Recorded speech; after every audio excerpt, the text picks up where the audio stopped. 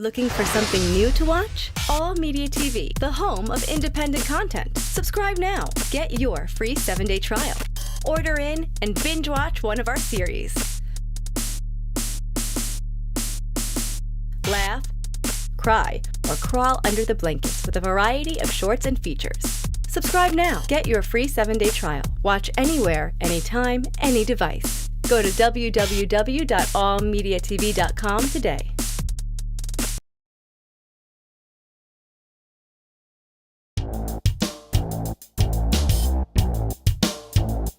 From New Media Comedy Worldwide Studios, New Media Comedy Worldwide presents Comedy Legacy Series with Jim Mendrinos. And now, your host, Jim Mendrinos. Hello, everybody. I am Jim Mendrinos, and welcome to the Comedy Legacy Podcast.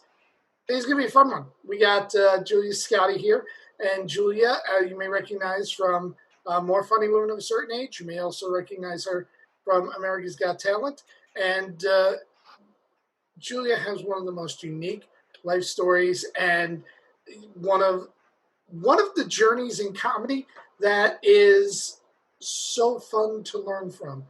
There are no words to describe, everything that we're going to get. And I have known Julia for well over 30 years. In fact, the very first road gig I ever did was with Julia. And just sit back, relax. You're going to learn from one of the best. Ladies and gentlemen, Miss Julia Scotti. All right, so we've got a really great guest today, and if you have Showtime, you have seen our next performer. She was part of More Funny Women of a Certain Age, Miss Julia Scotti, and she's been on everything lately. Apparently, I cannot turn on my TV without seeing you. And now I turn on my computer, and you're here too. You're haunting me, Julia. You're haunting me. I'm sorry. What can I tell you? Just I'm sorry. There's so many things I want to talk about, but I want to start by talking about perseverance. Because we started around the same time. You started a little bit earlier than I did. Yeah. I started in 83. I think you started in 80. In 80. And we worked a lot of those 80s gigs together. Yes, we did. If there's a bar with a microphone that should not have had comedy, chances are you and I had done it together. Mm-hmm.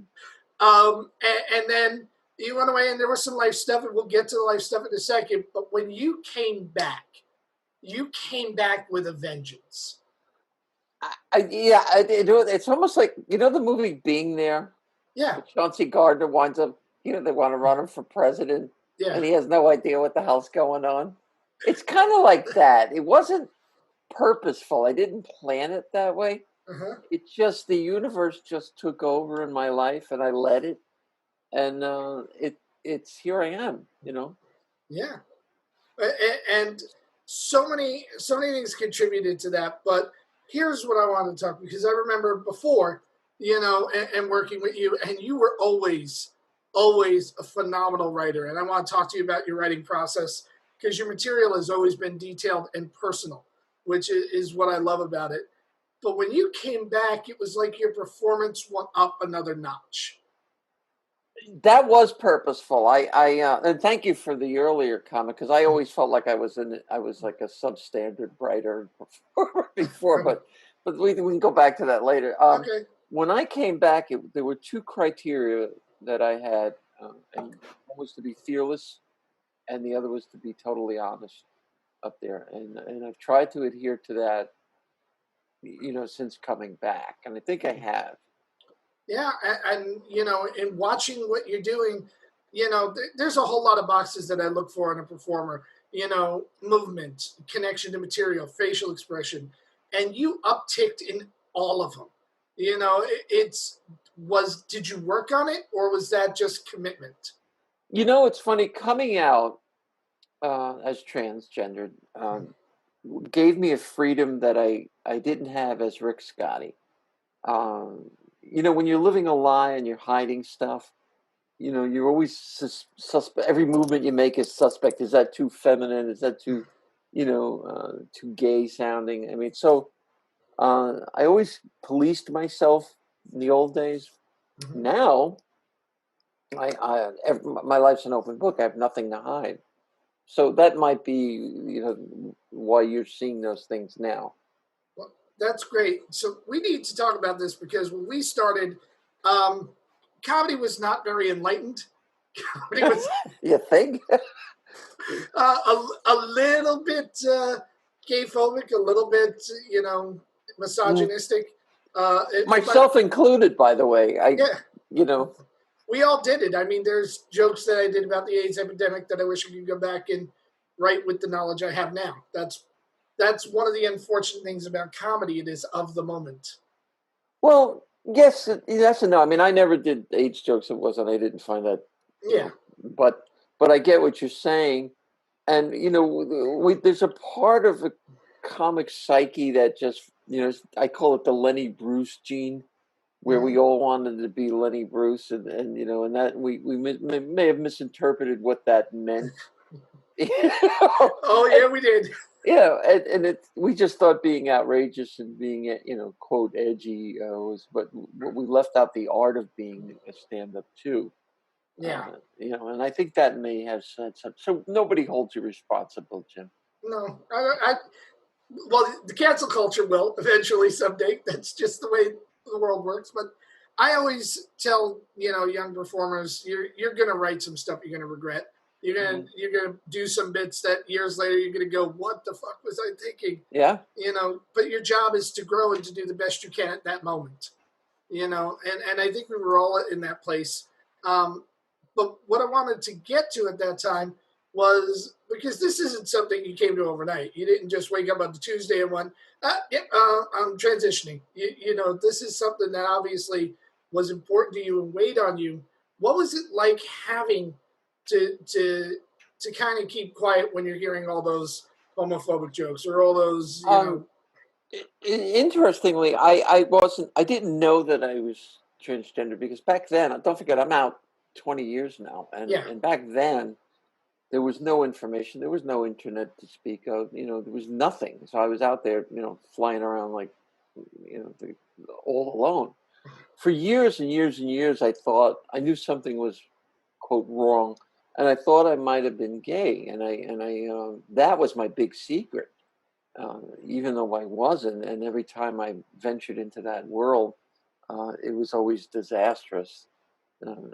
So when I, getting back to the earlier statement about material suffering, I was sort of, living in the closet, although I didn't know which closet I was in. But yeah, it bothered me when people would do, like, there were comedians we knew back in the day who were gay, blatantly, outwardly, gay, but didn't really talk about it because they caught enough shit from everybody else, and I always felt empathetic toward them, but I couldn't show that side of myself either, because then I would be labeled, gay as well. It was a homophobic kind of existence that we lived. So you went out of comedy for a while, and you stopped doing it. I guess, for a more personal journey, because you needed to find yourself. But what was that like, stepping away? Was it a conscious decision of, in order to get my life right, I have to do this? Was it, I'm not going to be accepted? Strangely enough, I didn't step away because I was transitioning. I stepped away because I got to this point. I was about 50 years old, and it just wasn't happening. And you and I remember all those people that sort of left New York and went out to LA, and the Great Migration, and they all hit big. And to be honest with you, I got tired of seeing all these people I'd started out with, making gazillions of dollars and being world famous. And here I am working, Uncle Charlie's Yuck Yuck Hut and Ohio someplace. So I felt like I needed to get a career that would pay me a regular salary, that gave me benefits, and teaching seemed to be the next best thing to stand up, which it was. I love teaching, but you and I both know, once you get an armful of comedy heroin, it's very hard to go cold turkey. So. Okay, so You stepped away, you started teaching, then transitioned, then you came back? Yes, I had my surgery in 2002. I came back to comedy in 2011. What happened was you know Chris Rich, right? Yeah, absolutely. Chris and I were been old friends. We spoke on the phone one day, decided to have lunch, and I hadn't seen her for years, and I felt comfortable enough now in my new, skin. She was so welcoming. So we went and had lunch. And then over the course of the lunch, she said to me, "Well, when are you coming back to comedy?" And I said, "I'm never coming back. I'm like 50-something years old, and I'm transgender. Who the hell's going to want to see me?" And it happened that she was working at the Comedy Works in Bristol that weekend. And she said, "Why don't you come out and do a guest set?" And I was like, "Oh, I don't know." And, of course, tie me off and, hit the spike in my arm. and I think I wrote like 5 minutes of material, but adhering to my principle of being honest and fearless, I came right out and talked about being trans. And it wasn't a great success, but it was enough to get me to come back the following week, and the week after that, and the week after that. And then you know how it goes. Yep. Now, what I absolutely love is that you do talk about being trans, but you also talk about so many other things, in your material. You've grown, you're acted. It's the human experience. And I love how you did that. How long did it take you? Because when we have a major life event like COVID right now, we're recording this in the middle of the COVID epidemic and we're all in quarantine. Every comic's going to come back and have 20 minutes on quarantine, 20 minutes on COVID. When did you feel comfortable enough to start including other parts of your life? Right out of the box. And in fact, I made that conscious decision not to dwell on being transgender, because it's a one-trick pony if you're doing that, and it gets tedious after a while. Who the hell? How much can you hear about it? Yep. And so I talk about it, and it's part of who I am. It's not all of who I am, and like I'm writing a piece now about being a shitty friend. And I think we can all relate to that. Yeah, well, and the idea is I make a much better acquaintance than I do a friend. And it's really kind of self-exploratory, and I'm just sort of being totally honest with myself. And I'm kind of loving it, because I've never been able to be this honest before on stage, and people seem to be responding to it. So, the answer to your question is everything's fair game to me at this point. Beautiful. Now, let's talk about your process. Has your writing process changed, Rick Scotti days to Julie Scotti days? Yes. It's funny you should ask this, because I was just thinking about this last week.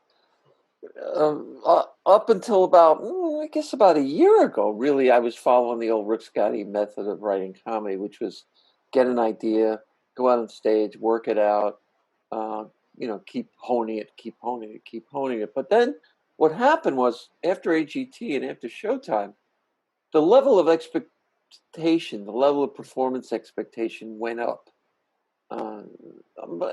Self-imposed, of course, but also in the places I was working. So I had to be out there more polished than I would have been. I didn't have the luxury of time of going to little clubs and knocking it out up there. I'll still go to open mics and do it, but I had to go out and be more polished. So now I have files on my computer of the same bit, but it's got like version 15. I've had 15, 16, 20 different versions of the same bit to get it to where I want it to be, and then I'll take it out into a club. So you've started polishing more on the page, than on stage, because your process, early on, when I started, I was 18 when I started, and actually, my first ever road gig I did with you. Is that right? Where were we? We did the Trafalgar, and we did a Wednesday in Buffalo, right? Or Rochester? Was it Buffalo? We did a Wednesday in Rochester and a Thursday in Buffalo. And the Trafalgar was a theater. It was me, you, and Larry Amoros. I do remember that. I love the Trafalgar. That was a great theater too. That was. But I remember going there and watching, and young MC and watching you up, and it was the first time I had ever met you because you were doing more of the Jersey and the road rooms, and I was, mostly a city dweller. And I just remember watching, you up there and seeing you play in those. It was 2 nights, 3 shows, and seeing you play and doing a different set each show, as opposed to what I was used to in the city, watching comics run the same minutes all the time, watching them run their A game all the time. I still play though. I still play. In fact, some of the best lines I've gotten have come from playing on stage because I love to ad lib. Yeah, and I think comics need to play. I think it's kind of our lifeblood. But what I wanted to talk about was, I remember a conversation we had because I insanely keep journals. So when I was doing this interview, I was looking through the journals of things that we were talking about, and we had a conversation, and you had said that you only know it's good when you get comfortable telling it. At the Trolfometer, I said this? Yeah. Wow. Yeah. That is so true. Yeah, and that's way back you said that to me, and that's always resonated. So what's your process, for finishing a joke? Because obviously when you're going to go and do something on AGT, when you're going to go and do something on Showtime, those are high-pressure gigs. Those are your career's on the line. Yes. Yeah, and you have to make a decision what gig, what jokes to do, what not. What's your standard for excellence? When do you know it's ready right now? I'm a big believer in the bits growing organically, and that they'll find their vocabulary, they'll find their meter, they'll find the sentence structure. The bit will tell you what to, like you may have thought a line was funny, and it just wasn't working on stage, and it'll tell you to drop that line, tighten up, tighten up, tighten up. It's always about getting rid of the fat and just finding the least amount of words that say the most, and that's the key for me anyway to comedy, because I tend to be very wordy when I write, and I think a lot of us do. That. And sometimes I'll bug one of my friends and go, "This is funny," and it goes on and on, and I'm like, I can hear myself saying, "Jesus, Julius, shut up already," So it feels right. Yeah, then I know it's got legs and it's going to work and it's going to be part of my act. Now, one of the other things that I love talking to you about, and I've talked to a couple of performers about this. I've talked to Bill Kirkenbauer, Ted Alexandro, have both mentioned when you turn off the sound and watch a performer, can you get the gist of what they do? Are they still funny? And when you turn off the sound and watch you, because you are so facially expressive, do you know what I mean? It comes through the screen. Is that something you work on? Is that a natural talent? I'm a fan of, if you look at my facial expressions and my body expressions, they're very retro. I grew up with Lou Costello and Chaplin and Laurel and Hardy. Oh my God! Yeah. And Danny Thomas, with the spit takes and the people, and Lucille Ball and all of those people, and they all use their face and their bodies in ways that I always found attractive to me as a comedian. And I always felt like, new comics today don't necessarily do that. And I think it's a shame because you've got a palette of color here that you can be painting from, and why don't you use it? You're missing it. You could boost your laughs by 20-30% just learning how to use your face. Yeah, and it's truly amazing when you watch a new comic and they're very two-dimensional. They're only using their words. Whereas I think you and I came from a generation where there was still a lot of great physical performers and a lot of great throwback performers. So we had to have a little bit of a higher bar. Yes. Well, Alan King was a great example. Remember Alan King? Oh, yeah. And he did this bit, his signature bit was Survived By his wife, the one? Yeah. And he always had that, like he would go, survived by his wife. And he'd just keep doing that. And it was so effective that, as kids, we absorbed all of that stuff into our psyche. And so it was natural for me. And I love doing it, too. There's a part of my act where my ex-wife asks me, I come out to her and tell her that I'm transgender, but before she does, she goes, "Is it another woman?" And I say we have to talk, she goes, "Is it another woman?" And it's just like there's just 10, 15-second pause where I'm just mugging for the camera, but you're pulling the laugh out of the audience because the audience is writing the joke. They know what's coming, and I love stuff like that. Yeah. Now, one of the things that I love, and I've kind of made it a point to talk to comics on this podcast about this, your stuff is so positive. Your stuff is so... We grew up in an era where comics would talk about this sucks, and that was kind of the narrative.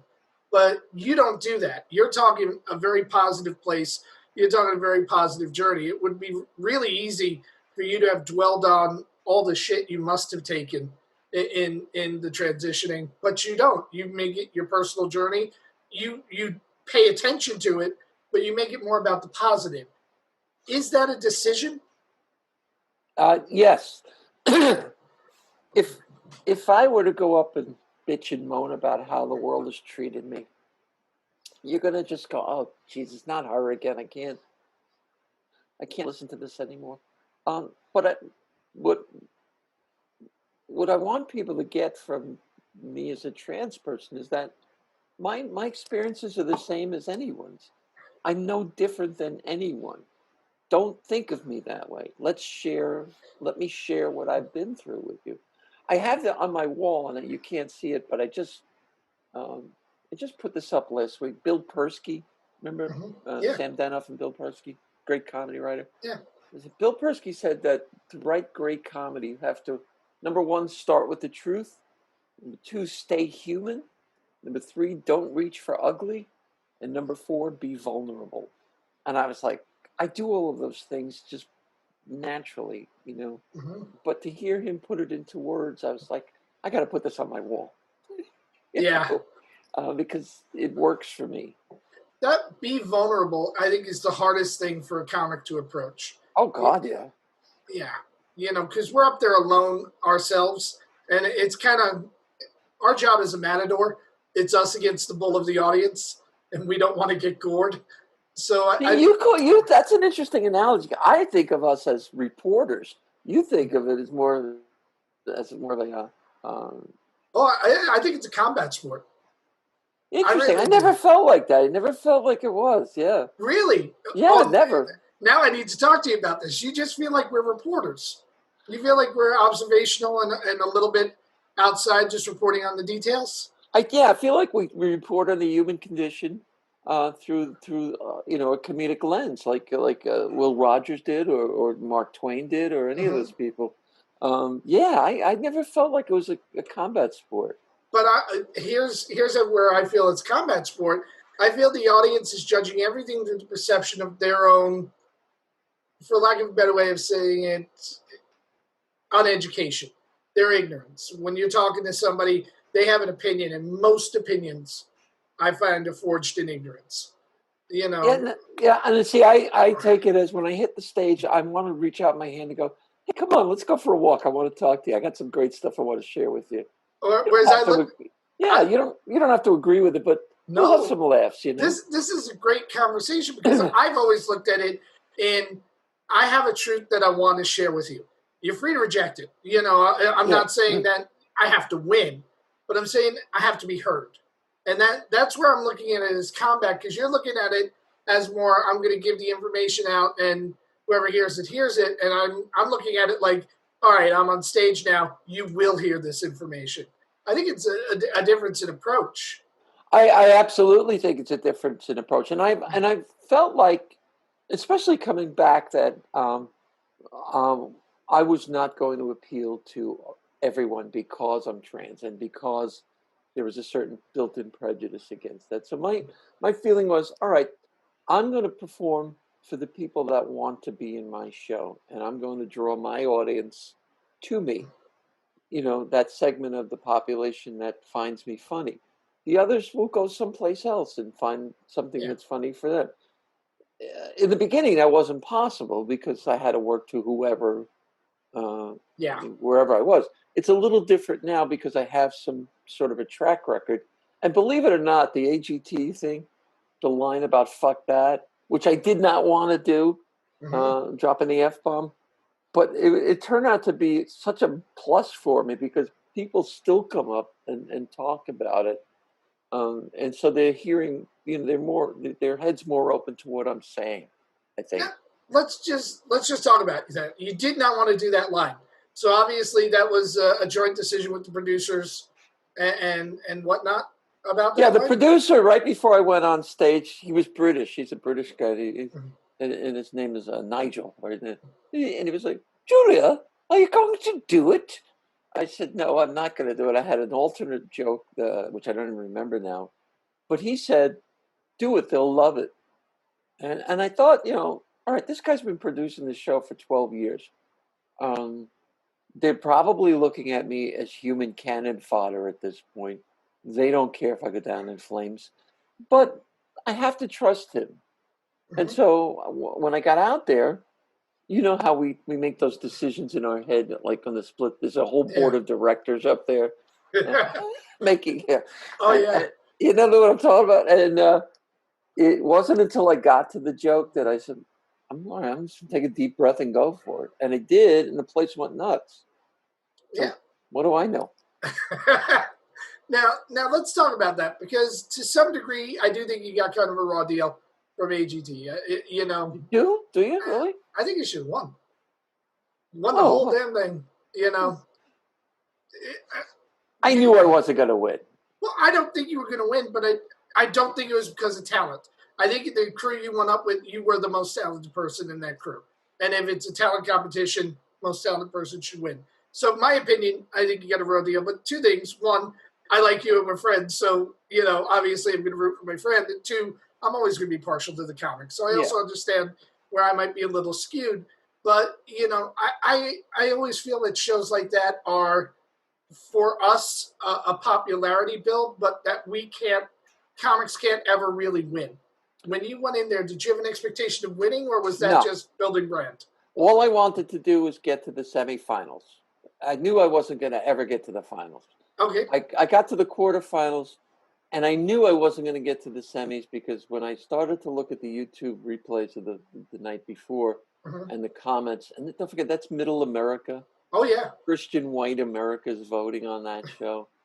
I'm not exactly, Debbie Boone, So I knew it wasn't going to happen. But I said, you know what? They're going to use me. I'm going to use them. I'll get what I can out of them. And that's exactly what I did. Yeah. So let's talk about that, because you made a very, at that point, calculated business decision. You used that to further your brand. And I think a lot of comics are looking at, I've had a lot of comics say to me, I'm not going to do a show that, is competition because I don't think comedy should be judged. I somewhat feel that way, but I also feel I should get TV exposure. So I would trade off. Well, initially I didn't want to do it. They found me on the internet. They offered an appointment audition, and I had a manager at the time. Her name was Kathy Caldwell. She was a really sweet, dear friend. And I said, I don't know. I don't think I want to do it. She goes, what are you, fucking nuts? She goes, they're putting it in your lap. So we went out to Queens College, and there were thousands of people who were like juggling their kids and, setting themselves on fire, and I didn't have to do any of that. I just went and I had, I came into this line of people, and I was like the Queen of England. Good morning, everyone.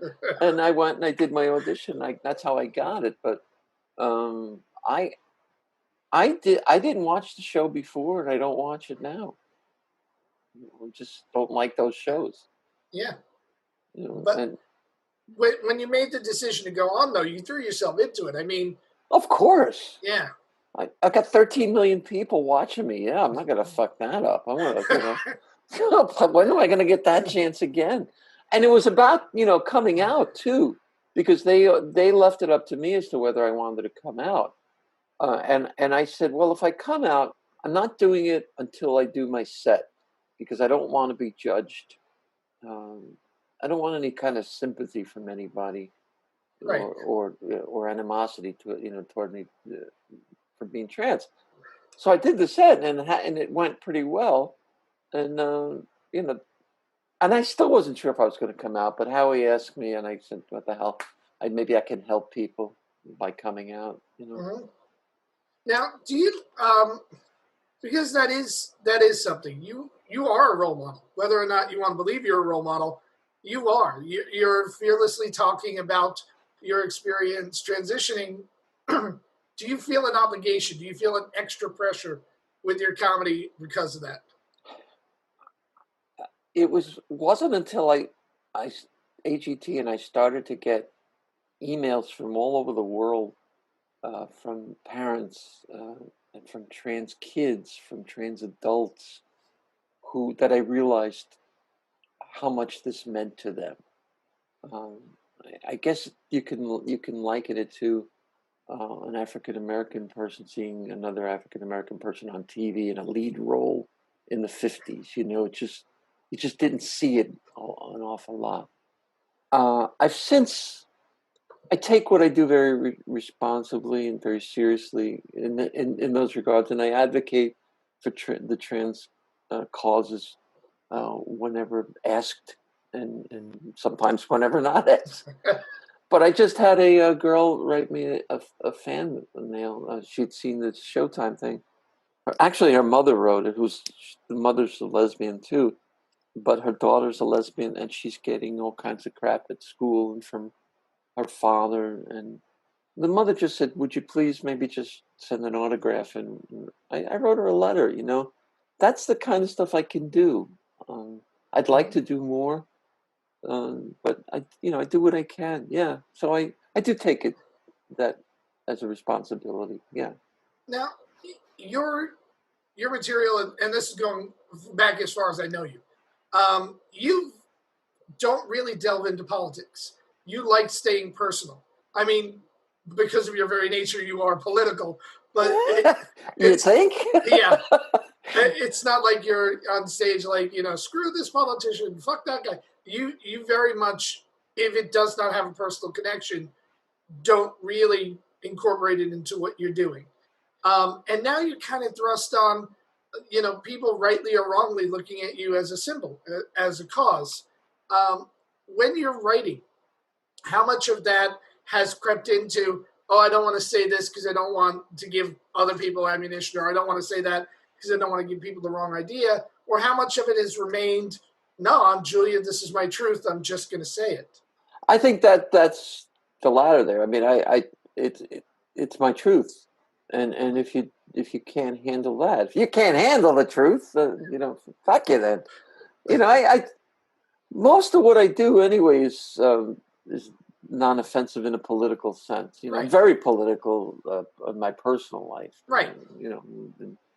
It's just funny. I had this conversation with another comic about a week ago about how there used to be a time in comedy where you could be a political comic, and people would listen to you. They may not agree with you, but they would. You had that freedom to do that. You can't do that anymore. We're so polarized. Yeah. It's a shame. It really is. But when I look at what political comics go through, both left and right, it's the immediate visceral hate of the opposite side that they. You almost have to be that way. Yeah. You can't be Will Rogers anymore. No. The days of the centrist political comic are far gone. Unfortunately, too. Yeah. It's a shame. It is. So let's talk about, because you and I have the luxury of time and decades. And right now we're recording in the middle of COVID and we're doing Zoom shows and whatever we need to do to keep our brands going. I think you did a live set at the Stress Factory. I did. That was interesting. Yeah. Very interesting. In front of an invite-only audience. So I remember back in the late 80s, I don't know if you remember this, in New York City in particular, clubs started dying because people were afraid of, we don't know how AIDS is transmitted, and what if it's in the ice machine and I get it from a cocktail? I mean, ridiculous crap. And then again, after 9/11, clubs were empty for a little while because nobody wanted to gather because they didn't want to be a target. And it always comes back.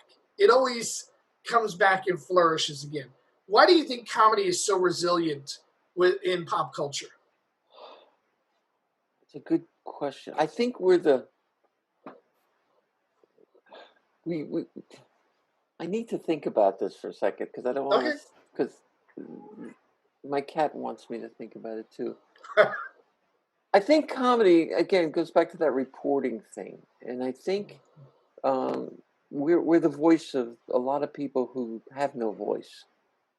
And we're also a unifying force too, because people will watch us and they go, yeah, that's me too. I do the same thing. And so they see in us a little of themselves too. So I think that's why it keeps coming back. We are our audience. Yeah. And that's the simple answer, I think. All right.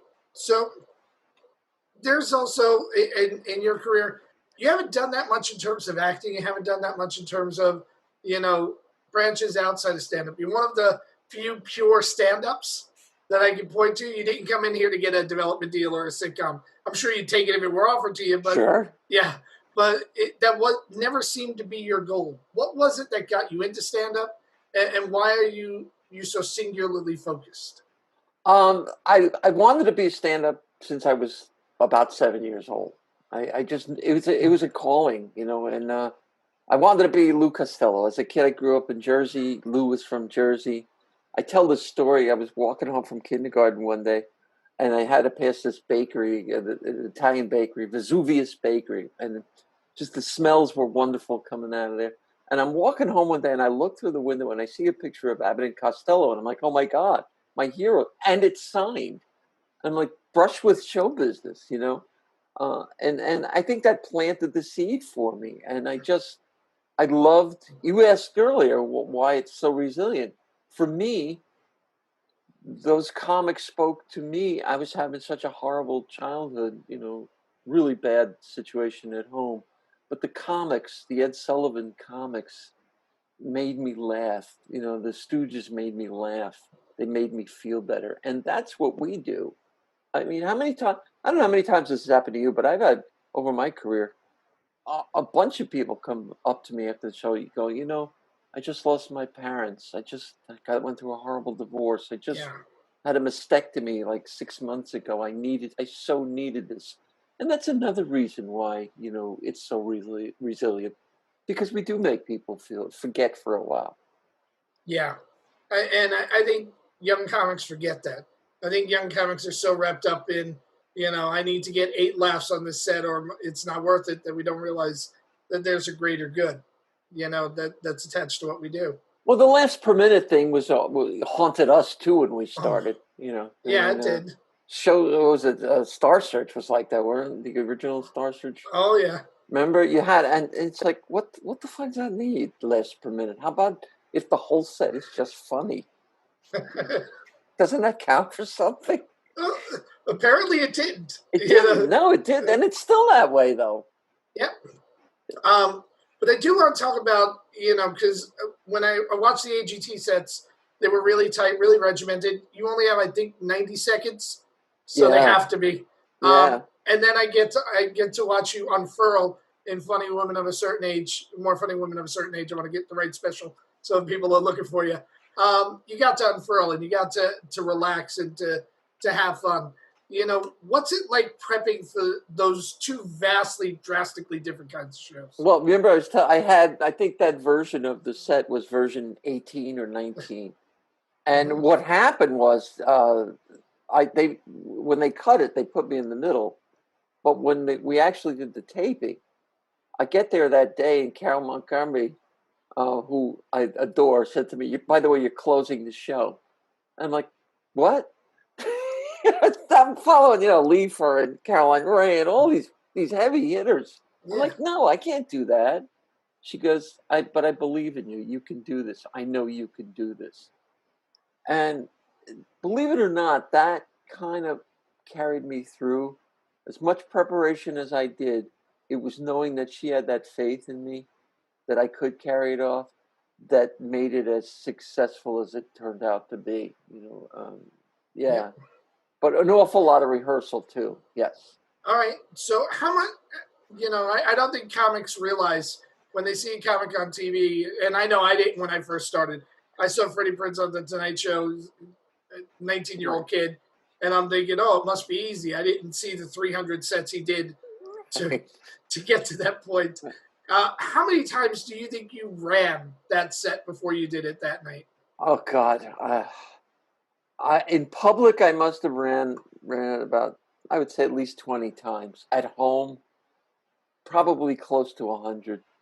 And even at that, we still had not cue cards but bullet points at the back of the room that we all made, these big poster board cards that we could see, just in case we went up on the, and couldn't remember where we were. So it's an enormous amount of rehearsal.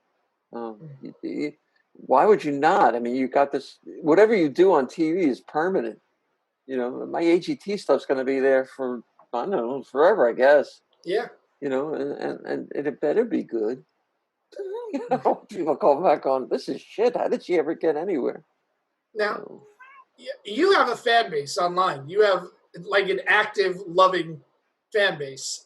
Do you communicate with them? Do you cultivate the relationships? I do. There was I talk to them online all the time because I owe them my career. And why would I want to be an asshole to those people? They're buying tickets to see me. They tell me what they like and what they don't like. There was a woman that when I was on AGT, and I was talking to her in the lobby at the hotel one day while we were taping, a family actually, and I got them tickets for the show, for that afternoon's taping, and we're still friends online. So it's very much we're very blessed as comedians that we can have this interpersonal relationship. Thankfully, because of the internet. I want to talk about that a little bit because that's the part of the new technology that I love. I love, the family. There's also some negative comments that come up, trolls, things of that nature. But this interaction online is awesome. When we started, we'd go to the Trafalgar door, and then we wouldn't be there again for another 10 months or a year. And then it was, familiar face, how you been? This gives you that instant access. Do you feel it? I feel it once comedy's gotten more global and it's bigger. I perform to people, and there are people that write me from Greece, or people that write me from Italy, or people that write me from Indonesia. But on the other side of it, it's also they're reaching out and we're talking, and it's more personal. So it's gotten bigger and smaller at the same time. It's very intimate. If you look at my Facebook page, I try to write mostly stupid shit. I'll put up like 5 jokes a day it's good for me because it helps keep my chops sharp. I don't use the stuff in my act, but I'm hoping that some late night show will go, hey, let's hire her as a monologue writer. But aside from that, it just keeps me in front of my audiences and it makes them feel a little bit better. Every now and then I'll put something political up because it just pisses me off so much, and that I have to have a place to vent. But putting out material like that is a good exercise as a comic. That because it's extra. It's working out. Just like if we were bodybuilders, it's the same thing. It keeps us sharp as writers. Now you do that pretty much every day. How would you say you write every day? Or you work on your act every day? I'm working on a play right now, too, which is a first for me. It's the first time I've ever done anything like that. So I'm working on that. I'm working on my act. The stuff I write for the internet is most of I call them shower thoughts. I get these I go into the Zen state when I'm in the shower, and this weird stuff just pops into my head sometimes. I go, that's pretty funny. I'm going to put that up and see what kind of response it gets. So it comes from all over the place. Yeah. So you mentioned like a lot of the people that you idolized growing up, from Abbott and Costello to the Stooges. You mentioned Laurel and Hardy, Charlie Chaplin. Who were the comedians when you started out that you idolized? Because I know for me, if I never saw Freddie Prinze do stand-up, I wouldn't be doing this? Well, obviously they were mostly male because that's what was there at the time. Yeah. Toady Fields made me laugh too. She was a funny woman. She's incredibly funny. Joan Rivers, obviously. Carlin was God to me. Still is, as well as Pryor. Those two, you can't. If you're not talking about them, then you're not comedy. Lenny Bruce, obviously, too, because it was just his sheer guts at that time in history to be able to do what he did. And you talk about walking out on a tightrope and having silences in your act and not freaking out about it. Mm-hmm. This guy was amazing. But, in the more traditional sense, Alan King made me laugh a lot. Robert Klein knocked me out. Man. Yeah. I love Robert Klein's stuff. There was a guy named Scotti Mitchell who used to see on Ed Sullivan. There were a whole bunch of people that I liked. Steve Landesberg made me laugh. Oh, one of the most underrated comics ever. Yeah. Albert Brooks made me laugh. Steve Landesberg. I got to see live at the Improv one night. It was some anniversary show, and he was an alumnus, and he came in and he did his stuff, and I was like, man, God, this guy's just so damn funny, Yeah. So there was a bunch of people. Now, the other thing that was true for me, I don't know if it was true for you, was I don't think I'd still be doing this if it wasn't for the kindness of a lot of comics when I first started. People like Barry sitting me down going, here's how you write a joke, or sitting down with Sam Kinison and him saying, okay, you need to talk about stuff you care about, as opposed to trying to sound like a comic. Who are some of the comics that you worked with early in your career that helped point you in the right directions? Wow. Uncle Dirty gave me some good advice. Yeah. I was not I don't want to say social, but I was very reclusive in stand-up. I wasn't one of the guys. I don't know, maybe it's because of the trans stuff, but I kind of stayed off on my own, and then I went on the road a lot, so I didn't have that benefit. But there were people that I'll tell you who gave me some of the best advice ever, and he wasn't even a comic, was Lou Rawls. He was my first time I ever opened for a star, it was Lou Rawls. And I was petrified because I loved his music so much, and I didn't want to blow this gig, right? And just before the show, I went over and I said hello, and he sensed that I was nervous, and he goes, "Come on outside." So it's Club Benet. Do you remember the Club Benet? Oh yeah, absolutely. Okay, so we went out in the back of the club in the parking lot, and he just said to me, "Listen," he goes, "You're here because somebody thought you were good enough to be here." And he goes, "You need to believe that you're good enough to be here." I believe that you're good enough to be here. He goes, "So you're going to go out and do what you've done all along to get you to this point." And I was like, Lou Rawls, you're making a lot of sense to me.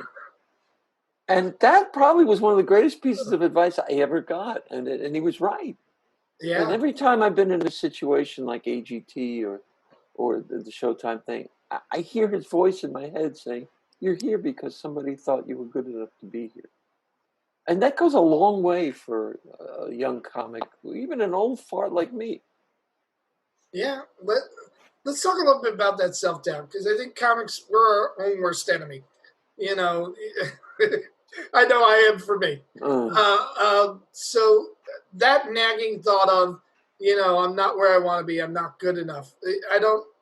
For me, there was a point where it was crippling at a certain point, and I had to work to get past it. And I have a feeling that most performers, to one degree or another, come across that. The Lou Rawls advice was great, but what kept fueling you early in your career when those things would come up? What kept you coming back? The insane belief that I somehow was going to get through all of this and be famous someday. It's still with me. Like what? Like somebody's going to reach out and go, "Come on, kid, it's your time." That belief, we're torn between these two forces. One that we we suck and we're never good enough to be up there. And the other is that we're so good, why don't these people know us? And it's this constant push and pull. Because we're messed up, Jim. Well, a little bit. Yeah, a little bit. We're damaged people. Let's I gotta talk to you about this, because in watching you, and I've always loved watching you. The physicality, but that physicality requires you to trust in the silence.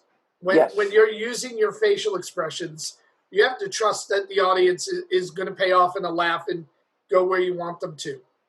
Not an easy thing to do for performers, to trust during the silent times. But you had that almost from jump.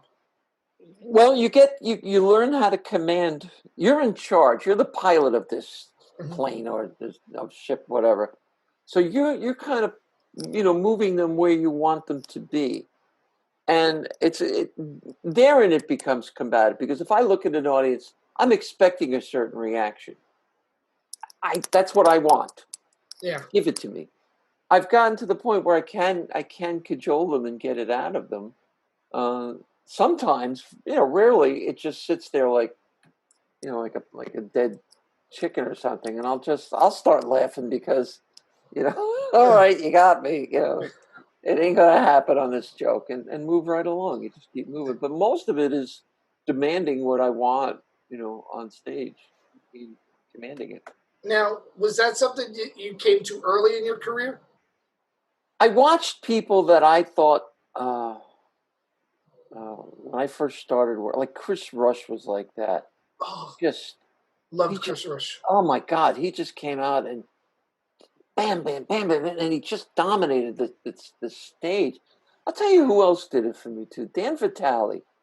Yeah. I used to sit in the back of the Improv and watch Danny, and I was like, man, I love this guy. I just love his chutzpah, and his and what's his name from Seinfeld? Help me out here. Larry Miller? Larry David, yeah. Larry Another David. one, like, Yeah. You talk about balls. I mean, both of those guys. The silence is in the Superman bit from Larry David. I don't know if you remember that bit, but he has to take huge pauses in that, and he just waited them out. Yeah. Yeah, and I looked at those people and I said, all right, well, how are they doing this? Really started to get analytical about it, and it takes a lot of guts to stand there and wait. Alan King was a master of that too. There were a bunch of those people. So, yeah, that silence will kill you, boy.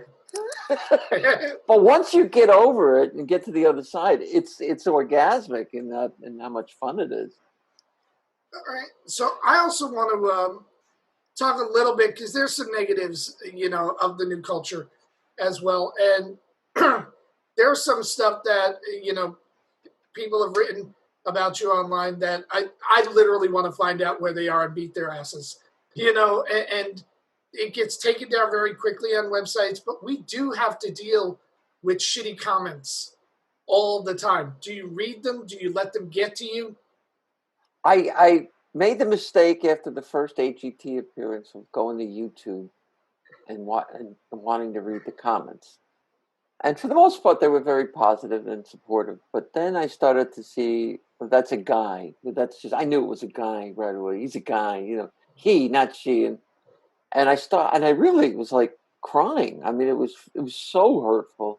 Mm-hmm. And then, Kathy Caldwell, who was still my manager at the time, she's going, what the hell is wrong with you? Stop reading that stuff. And she was right.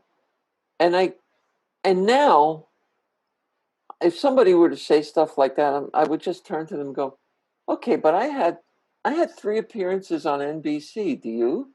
I'm on a network special on Showtime. Are you? Well, obviously, I must be doing something right. Are you? And so those comments don't bother me anymore. You can, but I had to go through that baptism of fire, before. It's about believing in who you are and what you're doing, and if what you're doing is the right thing, Yep. So. But it's it's funny because now comics have to deal with criticism in two waves. Before it was just did they laugh or not laugh at the joke, and now it's what are the comments as well as the posts. So I think to turn it off like you're talking about is probably the best thing to do. But it's hard. I know for me, I've read every comment on my Amazon special. You know what I mean? And just looked at it and like, what'd you think that? Yeah, and it's if you let that stuff get to you, you're dead in the water. Again, it goes back to Lou Rawls. You're where you are because somebody thought you were good enough to be there. You are good. You are good enough to be there. The people that are telling you suck, they're just making. It's just for them. It's sort of like mental masturbation for them. It gets them off. So let's talk a little bit about the business because I think we can both agree this is not the most fair business in the world. Okay. And you should have gotten your shot decades before you did. Well, thank you. You're welcome. But, again, the industry has what's in vogue for 5 minutes. Star Search had their magical, you need this many laughs a minute. I remember auditioning for The Tonight Show and them looking at me saying, we don't want comics in their 20s, we want them in their 30s. There's always that casting excuse. Right. Do you think having waited so long it made you more ready for your shot? I think I grew into my character on stage now. I can get away with a lot more now than I could have when I was 35 or 40 years old. And, I have this Golden Girls shield that I can, the B. Arthur kind of attitude that I can say stuff that maybe you couldn't or a younger comic couldn't say. Because I come at it with, from a lifetime of experience, and just my look, my physical look says, don't, all right, she's an old lady, let her say what she wants to say. I also want to talk about this, though. You're not resting on your laurels at all. No. Even in the pandemic, you've got a talk show that you're doing every week with Carol Montgomery. You're doing shows wherever you can. I mean, you work, and it's like you're committed to working as much as you can right now. Is that a different mindset from when you were younger?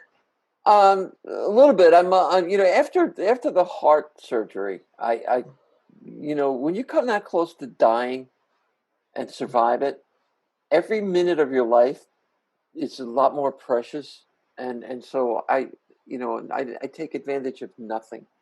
I don't take anything for granted anymore. I get out of bed in the morning. It's just the truth. I sit on the edge of the bed and I go, "Oh, I'm still here." Okay, and you learn. So, in terms of working, I have to work. I'm like a shark. I need to keep feeding, and I need to keep creating.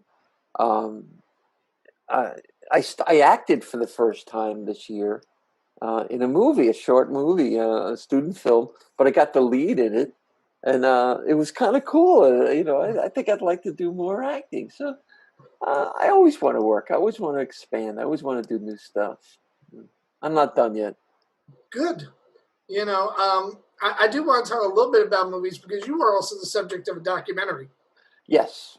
That made well, at the point when this airs, it will have made its premiere at the Nantucket Film Festival. Mm-hmm. Yep, we're world premiering it there. Yeah. Talk a little bit about that documentary, how it came to be, and your takeaways from it. Sure. Ironically, it was conceived in Nantucket too. I was up there about a year ago. 5 years ago, with oh God, my brain just went dead. I was doing a show up there. And Jane Condon was producing the show, who I love. I adore Jane. And we got done with the show. It was at a theater, and there was this woman there named Susan Sandler who just came up, and we got to talking right away. And we went out for drinks afterwards, and just spent, talked well into the night. Turned out that she was a professor at NYU Tisch. She taught screenwriting, but she also had written the movie Crossing Delancey. I mean, she was a well-known person, And we just hit it off, became fast friends. And about a month later, she called me and she said, "Would you be interested in having a documentary done on your life?" I was like, who am I to say no? I said, "Yeah, of course, sure."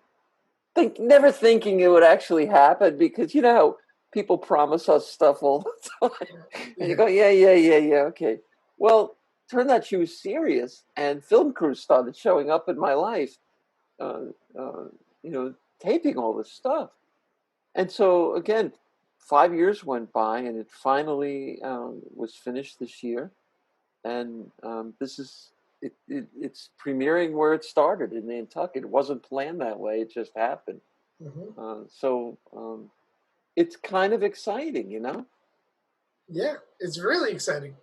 So everything's lining up that, and again, I got to talk about this, the second half. I'd be remiss if I didn't.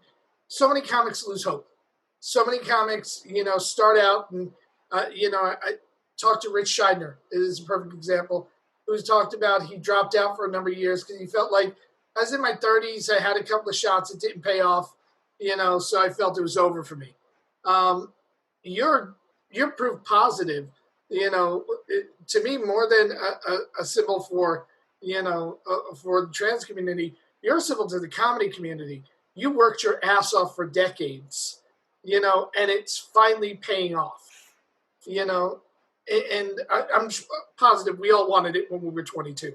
We all wanted, sure we did, yeah. We were 22, but it's still got to be just as sweet now and just as fun now. It's sweeter now. I think what happened, again, when I transitioned, you learn these great life lessons, and I became a student of Wayne Dyer. I began to read everything it got me through the really dark times. And one of the things he kept saying was about expectations. And I realized that when I first started doing stand-up, like you, I wanted to be, I had this expectation of getting a series and being, famous and loaded with money. And when it didn't happen, I started to feel like Scheidner, I thought, what the hell? But Dyer, I lost everything in my life when I transitioned. And I realized that a lot of my pain was from having expectations of what my life should have been. And it wasn't until I learned how to let go of those expectations and let the universe sort of take over my life that everything started to happen. Almost, one right after another. And I was like, what the hell's going on here? And it was just opening up my spirit to the things around me that was trying to get in. I know it sounds really, new agey and all, but I'm telling you, this is how it happened. So yeah. I was going to say it sounds positive. It is positive. It sounds good. Yeah. Yeah. You seem happier now than you were back when I knew you as Rick. Mm-hmm. You seem like you are genuinely in a really good place. And as comics, a lot of times we're in dark places. Sometimes we're in good places. Sometimes everyone's afraid if the chaos isn't in their life, the creativity will also vanish. But you're proof positive that you can have peace and be creative. In fact, I'd say from what you're telling me, it sounds like you're more creative now that you're at peace. I am, and you're absolutely right. And a number of people have told me how the one thing they remember about me as Rick was that I was sad. I had the sadness about me, and I thought I was doing everything to cover that up, but apparently not. But yes, I am, and I can trace it to the very moment when I realized that I was transgender, because a good friend helped me get there. But it was almost like Moses on the road to Damascus, the burning, just this. I just saw everything so clearly, and from that point on, I was at peace with myself and with the world. Of course, the world wasn't at peace with me because I was pretty pissed off at what I was doing. Yeah, but it didn't matter. I was doing what was right for my soul, and so I am at peace, and I am more creative, I think, now than I ever was. Yeah, we worked with a lot of assholes over the course of our careers. Yeah. Yeah. We're not going to name names because we don't need to. We all know who they are. Yeah. Have you found, were you surprised at your reaction when you came back?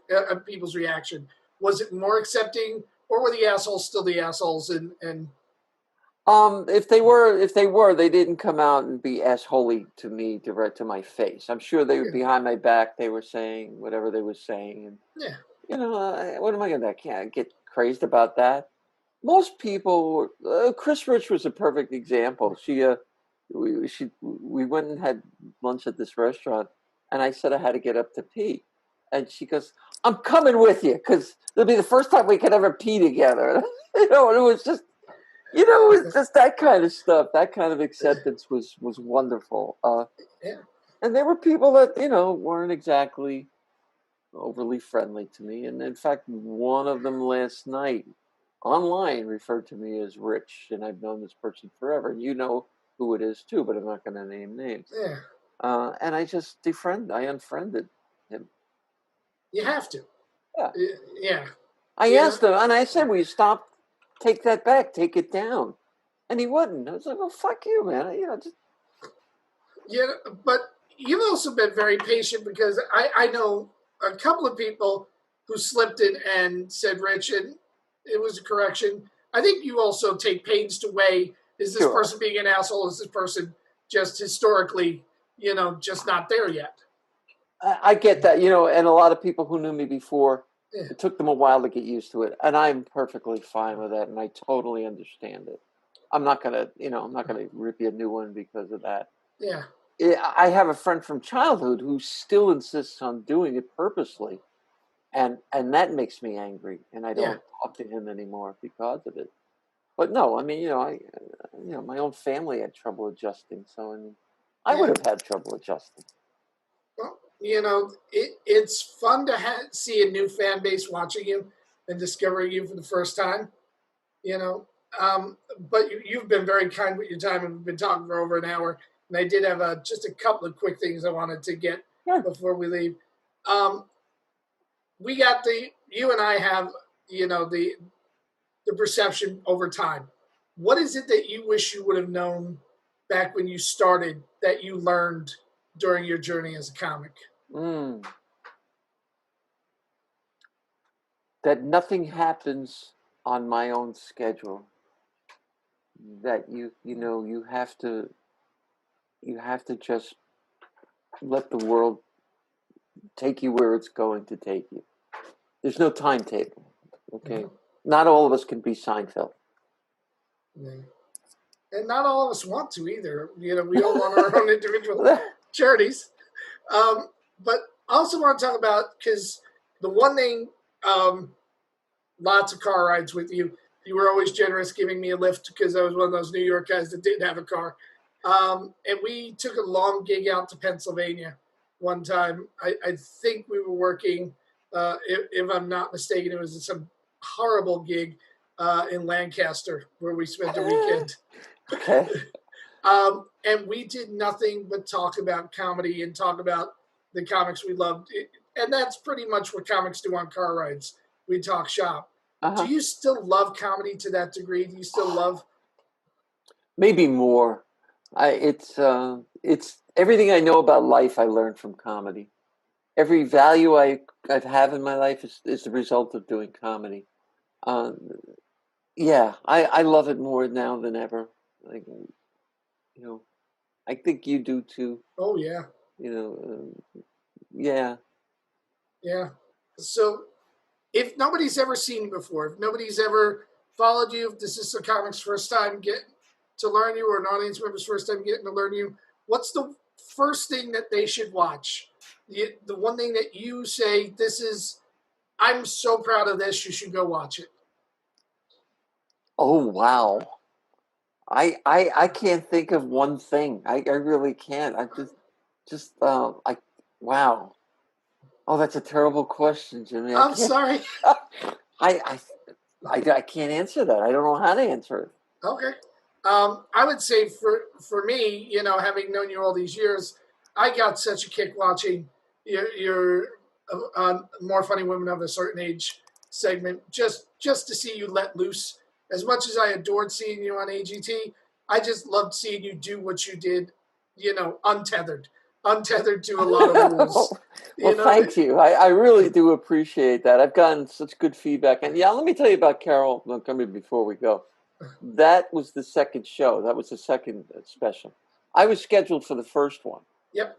And 2 or 3 weeks before the taping, I was having open heart surgery. It was an emergency kind of thing. And so I had planned to still do the first taping. I call her from the hospital. I go, I'll be there. And obviously I couldn't make it. But she said to me, if there's a second special, you'll be the first person I'm going to call. And true to her nature, she's such a mensch.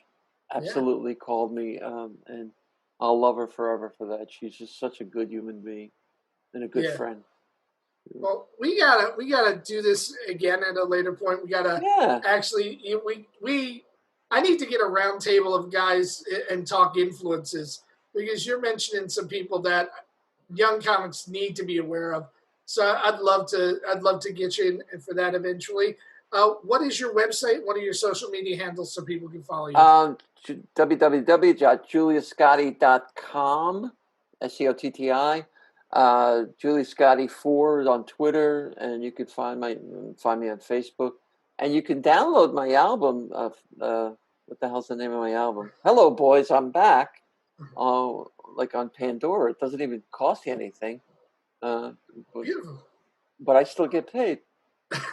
Isn't that a great? It's a wonderful country. It's a wonderful country. All right. So I will be back in a second, and we're wrapping up. Julia, thank you so much for coming out and spending time. And we will talk to you again soon. Okay. Thank you so much. Everybody. So much to learn from Julia. Hopefully she's going to come back and do another episode with us, because we just got so much more to talk about. But it's fun to see how much, after all these years, when I asked her if she still loved it, it's even more. The thing about this art form of comics is we fall in love with it over and over again. And as much as sometimes we hate it when the business side isn't going the way we want it, the pure joy of the audience reacting to what you say, like Julia said, it's a shot of comedic heroin that we just keep coming back for over and over again. So this has been an interesting conversation. I am so happy we had her here with us. We're going to come back again next week with another great performer.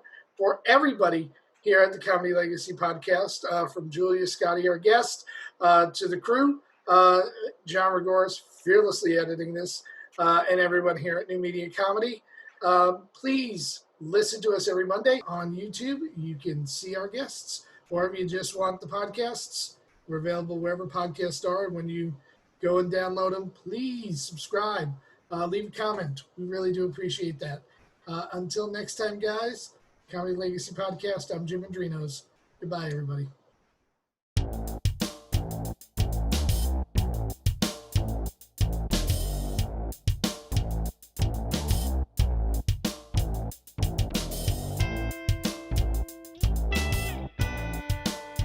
This has been a New Media Comedy Worldwide production.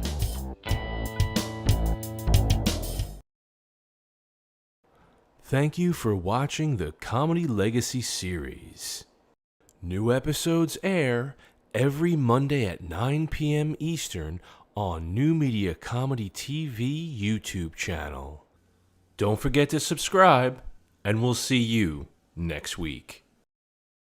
Looking for something new to watch? All Media TV, the home of independent content. Subscribe now. Get your free 7-day trial. Order in and binge watch one of our series. Laugh, cry, or crawl under the blankets with a variety of shorts and features. Subscribe now. Get your free 7-day trial. Watch anywhere, anytime, any device. Go to www.allmediatv.com today.